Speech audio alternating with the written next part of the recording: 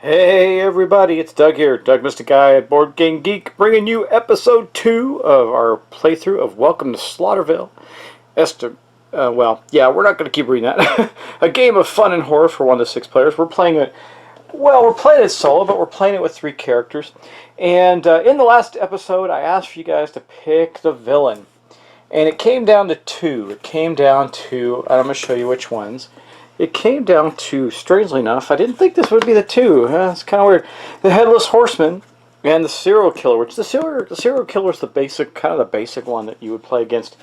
And when I tallied it up, the Headless Horseman took it by quite a bit. So that is going to be our villain for this playthrough. Now remember, our mission is to get to beat the villain in some way, shape, or form. And we're going to review that very quickly just so you know what our conditions are for winning and losing. And we also have some other stuff for the game that's pretty neat. So we're going to have them in the game as well. This is the actual deck for the... And it comes with an extra character. I'm almost tempted to throw him in the game. Should I play with 4 players? What do you think, guys? Should I play with Ichabod Crane? What's his ability? It says, Ghost, Demon, and Undead are +1 to attack against you, but you're a lore master. Add 1, whatever perception I think that is, to any other attribute for a single attribute check. We're going to play with 3.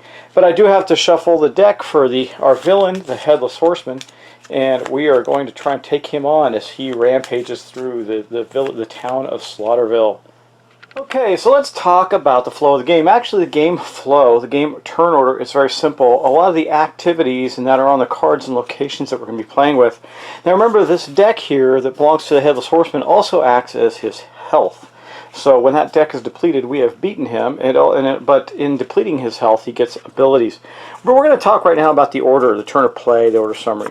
So first off, we're going to do our player turn, all of our players' turns.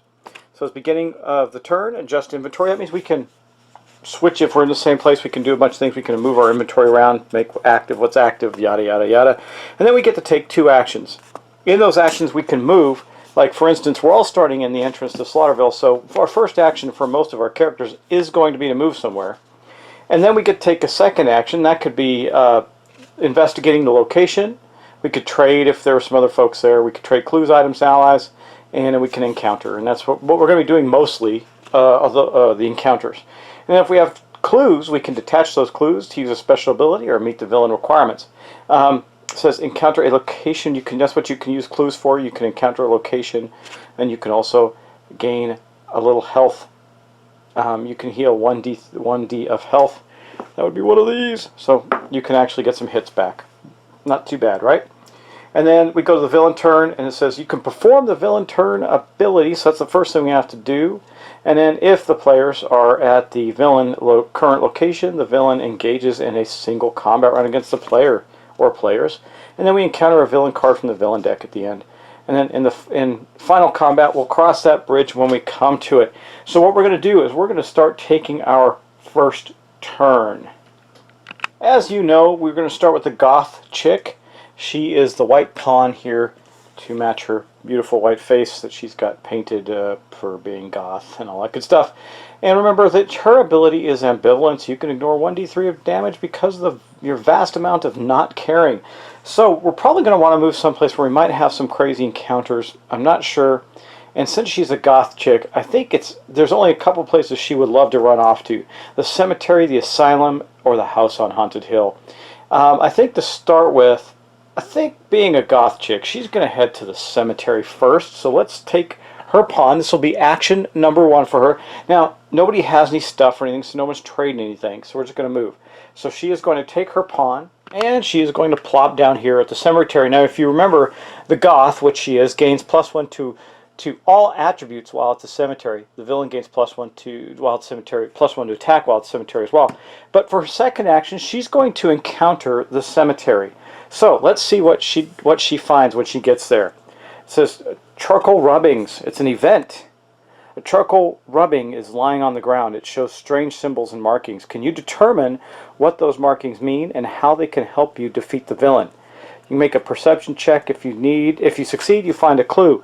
So we're going to put that right there right now. We're going to go to the dice bowl. Now remember that the Goth chick's I want to make sure I'm saying the terms right on what they are for the character. I'm going to look it up real quick because I sometimes get it mixed up with other stuff. And let's see what that character is. Wow, so the agility, perception. I was right. I should know better. Okay, so she's got a perception of 3. Remember, she does get +1 because she is at the cemetery. To succeed, we need to roll a 5 or 6 on a d6. And she is going to get to roll 4 dice. Remember, she's got a 3 perception. She gets +1 to all attributes. So effectively, her perception is a 4 right now at the cemetery. So she rolls a 5 or 6. She has succeeded. She rolled 2 6s, so she did succeed, which means that she gained a clue from those rubbings. That, my friends, is her turn. So now we're going to go on to the Hottie. She's probably, there's no clothing stores, so I'm not sure where she's going to go yet. Let me think about that. Well, since I really don't know what any of these characters, what any of these decks do to speak of, I think that the Hottie is going to be, she's going to be one of those anomalies. She's going to be highly intellectual and really like antiquing. So I think for the first thing that she's going to do, I guess, what would we call her? Let me say, I could think of a name, but that's probably going to insult somebody I know because I'm inevitably going to name her after somebody I know. Anyway, we're going to take her red pawn, and she is going to go visit the antique store. And again, the ability of the antique store, it says, if a player is at the antique store during his or her turn, he or she may detach an item to shuffle the antique store discard pile back into the deck. So if she detaches it, it goes in the discard pile, and you reshuffle it, and you get, it becomes one of the antique store items.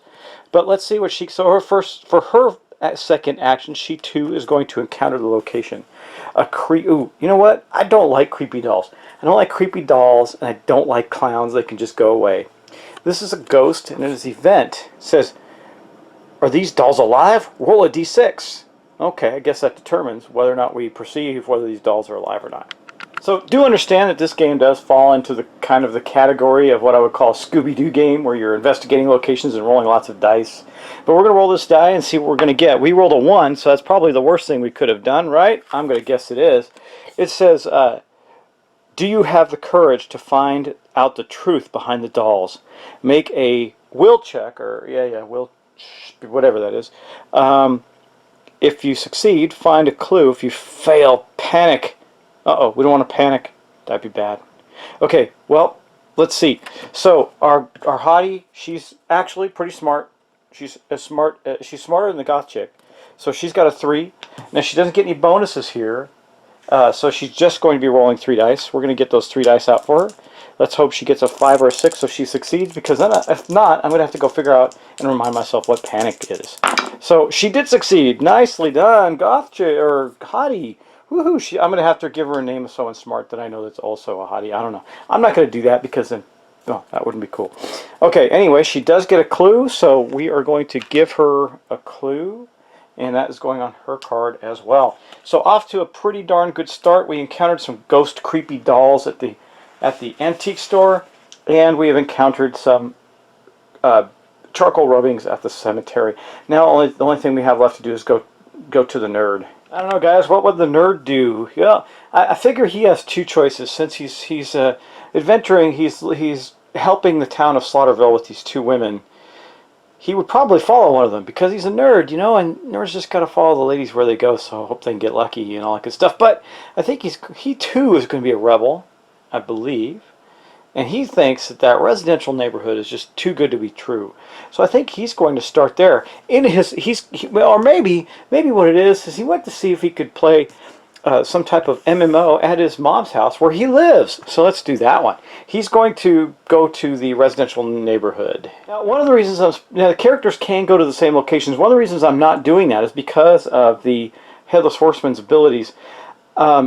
If he rides through there, we're going to kill allies as he rides through the town, and I don't know how terrible that will be for us.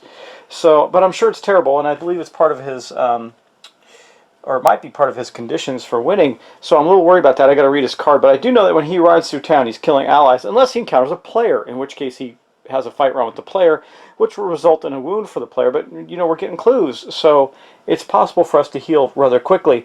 So he is going to go, or he's the blue pawn, the nerd, and he is going to go to the residential neighborhood, It says if a player at the residential neighborhood is at the residential neighborhood at the beginning of his or her turn, that player may choose one ally and roll a d6. That ally was never on your side. To detach the ally, double the bonus of that ally until the end of the turn. So if you don't detach it, then it stays with you and it's better. Otherwise, it leaves and goes to the neighborhood and wants to go home.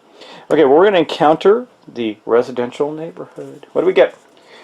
Conspiracy theorist. Okay, well, this falls in line with our nerd, right? It's an event and an ally. He has been watching the neighborhood for what seems like his entire life. He has studied everyone and everything around him, knowing that they were watching him just as much. Just because you're paranoid doesn't mean they aren't after you. Can you save him? Enraged residents, he is a one fight. It says if you defeat the enraged residents, attach the conspiracy theorist to gain +1 health and +1 perception. If you don't defeat the enraged residents, they are too much for you, and they it says if you don't defeat the enraged residents, they are too much for you, and they kill him. Oh, I see. The enraged residents are coming after the conspiracy theorist. Got it. Remove him from the game. Okay. Well, so we have to survive a fight round. Now our fight is 2. Remember, he's a 1. So let me think if I can do anything more there. I don't think the other. I want to check and see if the others can spend their clues on him. I don't think so. They're not in the same place. But let me just check. Okay. Yeah. Nothing special here. So it's just going to be 1 die for the residents and 2 dice for our nerd. Now he does have his nerd rage ability. It says +1 to all combat die results. So that means we're going to add 1 to his die results, giving him a better chance of winning. Let's see what he gets. Well, you can't win when you can't add 1 when it don't matter. So he did fail. That's a bummer. He did fail to get the conspiracy theorist. The conspiracy theorist was killed, but that does not do any damage to the nerd himself. But that does mark the end of the player's turns for this round. So we're going to go on to the Headless Horseman now. Yucky. We'll see what he does. Okay, let's look at the Headless Horseman's turn. It says, okay, the villain turn. Okay, villain turn. The Headless Horseman rides through each location, starting with the first location. At each location, if a player is present, he or she must engage in a single combat round against the Headless Horseman. If there is no player present, the Headless Horseman looks in the discard pile, oh good, there aren't any yet, for an ally, and kills that ally. Remove the ally from the game, and the Headless Horseman heals 1d3 damage. If there is no ally in the discard pile, overturn until one is found. Leave the ally in the discard pile, and then continue the Headless Horseman's ride.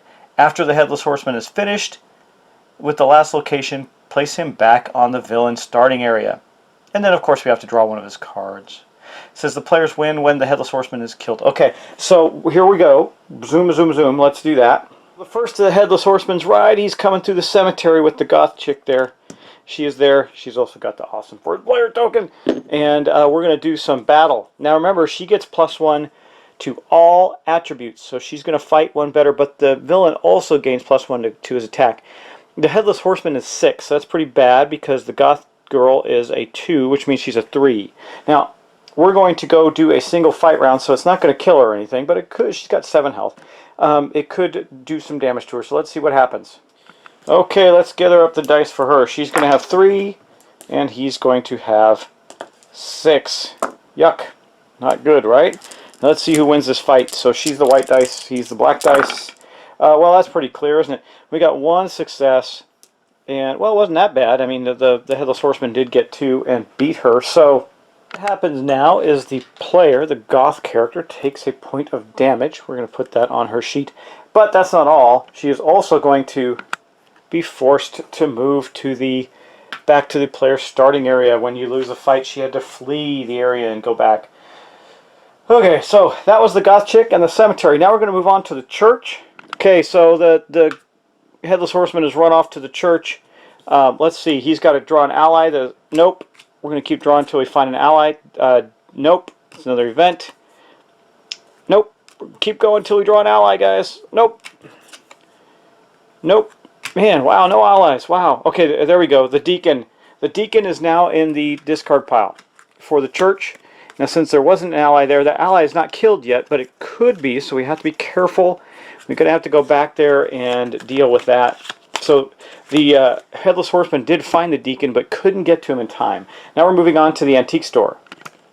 Oops, guys, I forgot something. We're going to have to run back to the Goth for just a moment. So she has her current ability. You can see that there. It says you ignore 1d3 damage because of the vast amount of not caring.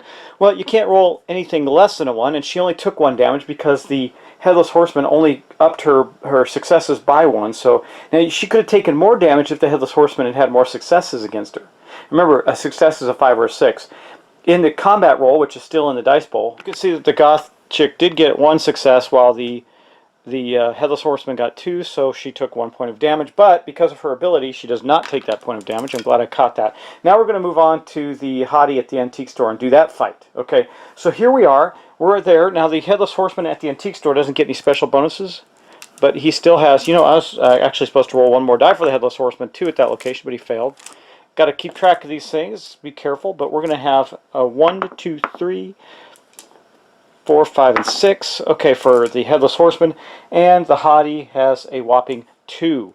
So this could go very badly for the Hottie as she is attacked by the Headless Horseman as he is running through the antique store. But he only got 1, and she didn't get any, but he only got 1. So our Hottie did take a point of damage, which does, again, place her back. This is going to be a rough scenario. Wow. Because that's going to put her back to the starting area too, which means that if he keeps doing that, it's going to be a very rare event that any of these guys actually get to take 2 swipes at the locations during their turn. And we're not doing any damage to the Horseman. So that's pretty bad. Okay, then we're going to move on. Okay, the Horseman now goes on to the Asylum where we're going to look for an ally. It's an event, an item, an event, wow, an event, okay, event item, event item, ally. Okay, so I am famous. So there's somebody famous hanging around the Asylum that the Headless Horseman is going after. Now, again, the Headless Horseman has not killed that ally yet. Maybe, just maybe, we can go try and get him picked up or something. I don't know. But that is it for the Headless Horseman at the Asylum. Okay. Oh wait, did I skip that? No, I didn't skip the antique store because he fought the Hottie there. So now he's going to move on to the residential neighborhood where he's going to battle our nerd. Now remember, our nerd only gets 2 dice, but he does have nerd rage, so that's good. Yeah, I don't like this guy. He's tough. This may not have been my first choice for this game. Now the nerd is only going to get 2 dice, but again, he does get +1 to his rolls. So let's see if he can fend off the Horseman. The Horseman got 1 success, and the nerd got 1 success. So what happens in the case of a tie? Let me look. If there is ever a tie in a single combat round, then both player and villain must return to their starting areas. Great. So that ends the ride. I'm going to have to assume that when that says that, it ends the ride of the Horseman. Let me think about that for a moment. Okay, so the way the rules state is that the Headless Horseman, he rides from location to location, attempting to find allies and or kill allies and fight players. And it says that if he encounters a player, he engages in a single combat round. So the way a single combat round works is if there is a tie, then they both go back to their starting area. So the nerd had to get penalized for that too. I think it's only right that we penalize the Horseman. So he didn't actually get into the house on Haunted Hill. Our nerd had stopped him by getting trampled by the horse, apparently, something like that, on the way. So that's better than what happened in the previous portions of that. So we're going to play it that way. That seems to make sense. Now, and if by all means, if you've played this game before, please correct me if I'm wrong. There's a lot of stuff goes on in this game, so we need to be careful about what's going on. Now, and then it says, now after we did that, if the players are at the villain current location, they're not now. So we encounter a card from the villain deck at this point. All right, here we go. Villain deck time. First card of the villain deck, Gleaming Blade. This is an item. It says, this long blade has been dulled by years of use. Attach the Gleaming Blade to the Headless Horseman, and the Headless Horseman gains +1 combat. So we're just going to slide that right up there next to the Headless Horseman. He now has a Gleaming Blade that he is wielding as he rides through town. That is bad news for us. Very bad news indeed. and that is going to end our full round. So I'm going to cut this episode short there. We're going to do short, quick episodes where we take one full round for everybody, and then I'm going to get them uploaded, and we're going to continue on. So I hope you're happy with the choice of villains. I think he's going to be really tough for us, but we're going to give it the old college try. So far, only the Hottie's taken any damage. We haven't had any allies killed yet, so we're not in that bad a shape. It's okay. But remember, as he kills these guys, he's going to get tougher. So we got to try and keep him from doing that as best we can, right? So, guys, thanks for watching. Thanks for subscribing. Thanks for giving me a break on my hiatus. I am going to have a short one again at the end of the... So we got Memorial Day weekend coming up in the next weekend. At that point, I will be out of commission for at least a few days again after Memorial Day weekend when I have my surgery, which is not going to be fun, where I will not be able to eat solid food for a straight 7 weeks. Or not real solid food. I think by the end of the 7 weeks I can have like semi-soft solid foods. Yeah, that's going to be no fun at all. Anyway, because you could tell I'm not looking forward to that part of this endeavor. But it is what it is, and I do appreciate all of your subscriptions and watching. I got a lot more going on. I was able to accumulate some more equipment over the last few weeks to 6, so you're going to see some different things filter into my sessions. Of course, you know, I upgraded my lighting, all that good stuff earlier, and now I've got multiple cameras and I can do some other cool things. So it's getting bigger and better all the time. Alright guys, thanks for watching, thanks for subscribing, and don't forget, now I noticed that a lot of people did playthroughs for Vikings Gone Wild, so what I think I'm going to do is, since I was late to the game due to being out ill, I'm going to let the Kickstarter campaign run a little bit and then put up a video reminding everybody of how cool a deck builder Vikings Gone Wild is. And it is based on an app which I showed you in the last video. So go check out the Kickstarter. It is currently running, active right now. And they've got some great stretch goals with it and everything. It looks like it's going to be a success. I think they've already made their success number. It's just about getting it produced now. So jump on it and have fun. Thanks guys. Talk to you soon, and I will see you in the next episode.